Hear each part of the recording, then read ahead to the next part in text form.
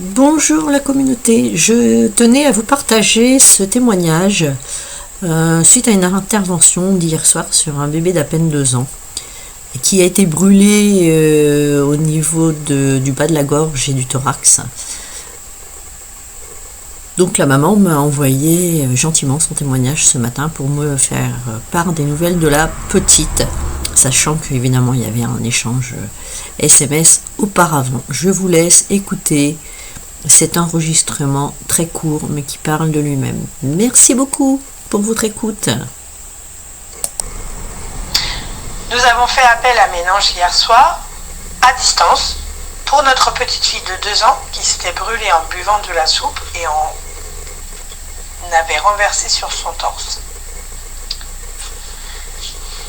Ça a fonctionné en quelques minutes et surtout à distance. Ce matin, plus de douleur ni aucune trace.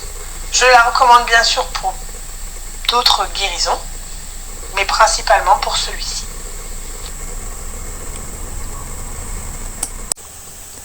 Merci à cette maman de m'avoir envoyé son témoignage qui va vous être très utile, notamment dans divers brûlures. Il en existe différentes sortes. La plus courante que je constate chez les enfants, les tout petits et également les grands, un incident très bête qui arrive très très vite.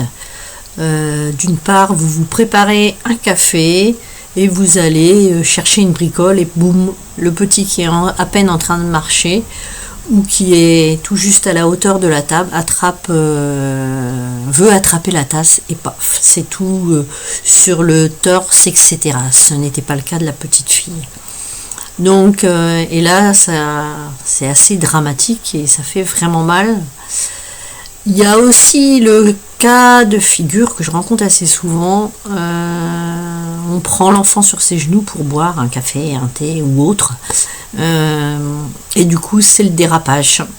Suffit qu'on soit en train de vous parler en même temps ou vous êtes sur votre ordinateur et on bouge la main, l'enfant bouge également et du coup il tape dans votre tasse et si elle est trop remplie, boum, c'est l'accident. Il y a aussi le cas de l'eau chaude, donc il y a l'eau bouillante, etc. On va pas faire l'index de tout ça, mais il faut savoir que l'eau bouillante, la vapeur d'eau dégage aussi, peut dégager des grandes brûlures sur le visage ou autre, que ce soit sur un adulte ou un enfant. Donc soyez prudents face à tout ça, poussez bien les casseroles parce que même la main sur une casserole, comme vous le savez, pour un enfant c'est dramatique. Et également tout ce qui est les cheminées, les poêles.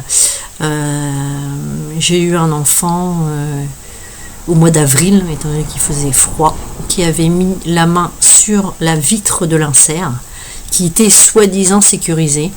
Et en fait, l'enfant bougeait les mains dans tous les sens, mais ne pleurait pas vraiment, et tout d'un coup, il s'est mis à hurler. Et en fait, il bougeait les mains par instinct pour enlever la douleur. Donc la maman m'a appelé, même pas, envoyé un SMS, envoyé la photo de l'enfant, surtout le jour où vous me contactez.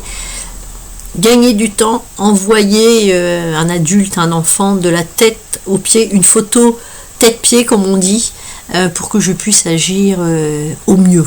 Évidemment que si j'ai qu'une partie, j'agis, mais pour me permettre de retirer le feu beaucoup plus facilement.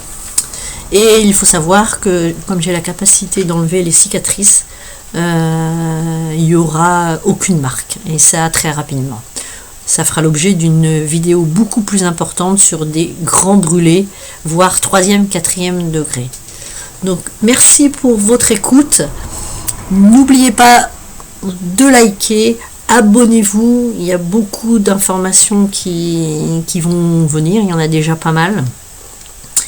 Et surtout, mettez un petit commentaire si vous avez déjà fait l'appel à des barreurs ou barreuses de feu, ou coupeurs de feu, comme vous voulez. Voilà.